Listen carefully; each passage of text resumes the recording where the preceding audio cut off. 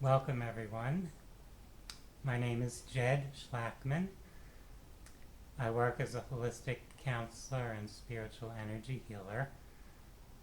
And for the current video, I'll be speaking about the topic of mental health and mental illness, and really how we may try to define those terms, how they are contrasted with one another, and really the limitations in how those phrases or terms are actually used.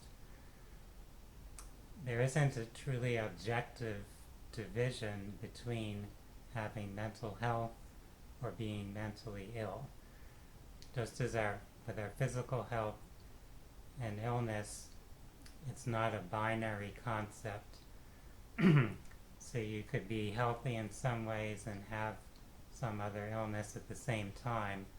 It's not that you're 100% ill or 100% healthy.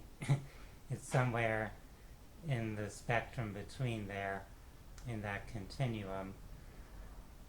So with mental health, even a person who's been given some type of diagnosis or label saying that they have a disorder or illness, that's just one small facet of how they exist in this world, of how they are functioning, of who they are.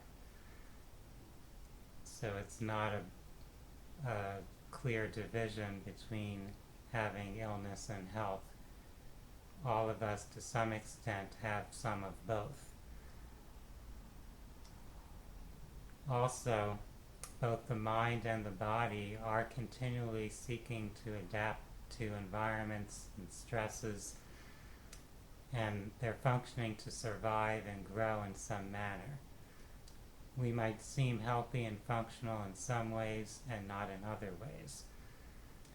When our reaction or adaptation to some stresses leads us to have difficulty functioning in some aspects of human life, we might be given a label or diagnosis of being, quote, mentally ill, or having mental illness or a mental disorder.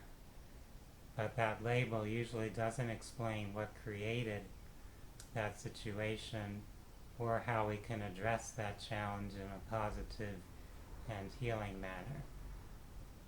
If you're alive right now, then your body and your mind are doing many things rather successfully to support you being alive and present on Earth.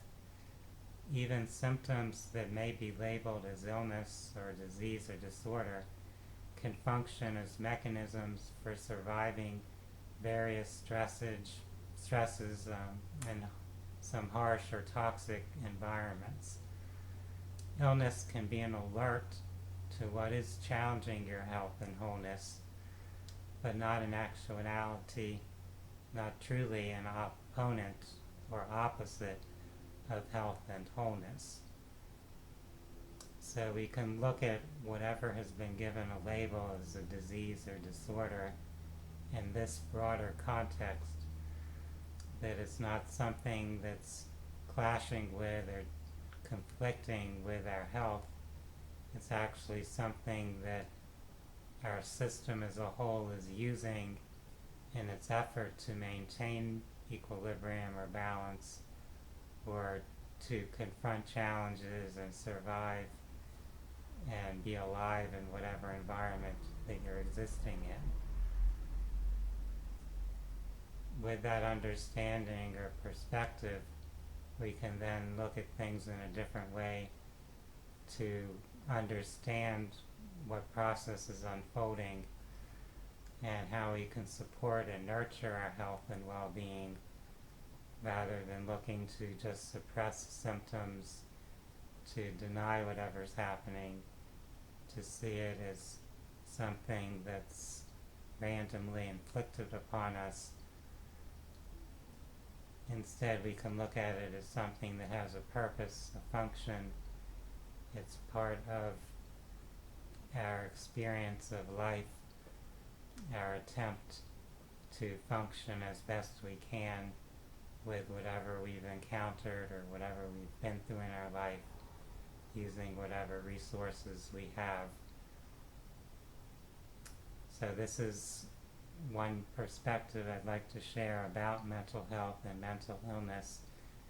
Since those are rather subjective terms, there isn't a universal, totally agreed upon objective definition of what mental health or mental illness are. In fact, if you consider something such as a diagnostic manual, something that the psychological or psychiatric associations create for the purposes of their professional work, you'll see that they take months and years talking and debating how to define certain things, what symptoms make up a particular disorder, what level of disturbance in someone's functioning would warrant a clinical diagnosis or not. So there's always some degree of discussion and debate and disagreement over those things, and they just come up with some form of consensus in order to create a standard in their practice, but it's not some objective truth or some precise way of observing and defining reality. So if you are facing any challenges, any difficulties you're perceiving in your life and how you're psychologically handling things or functioning, there are many different resources that can support or assist you, whether or not you receive some form of medical diagnosis or label. You can still find ways of supporting yourself, empowering yourself, and feeling more confident, more joy and fulfillment in your life. For those that are interested in these subjects, I welcome you to visit my website, phinsights.com. That's spelled PHINSIGHTS.com. For now, I wish everyone a wonderful day.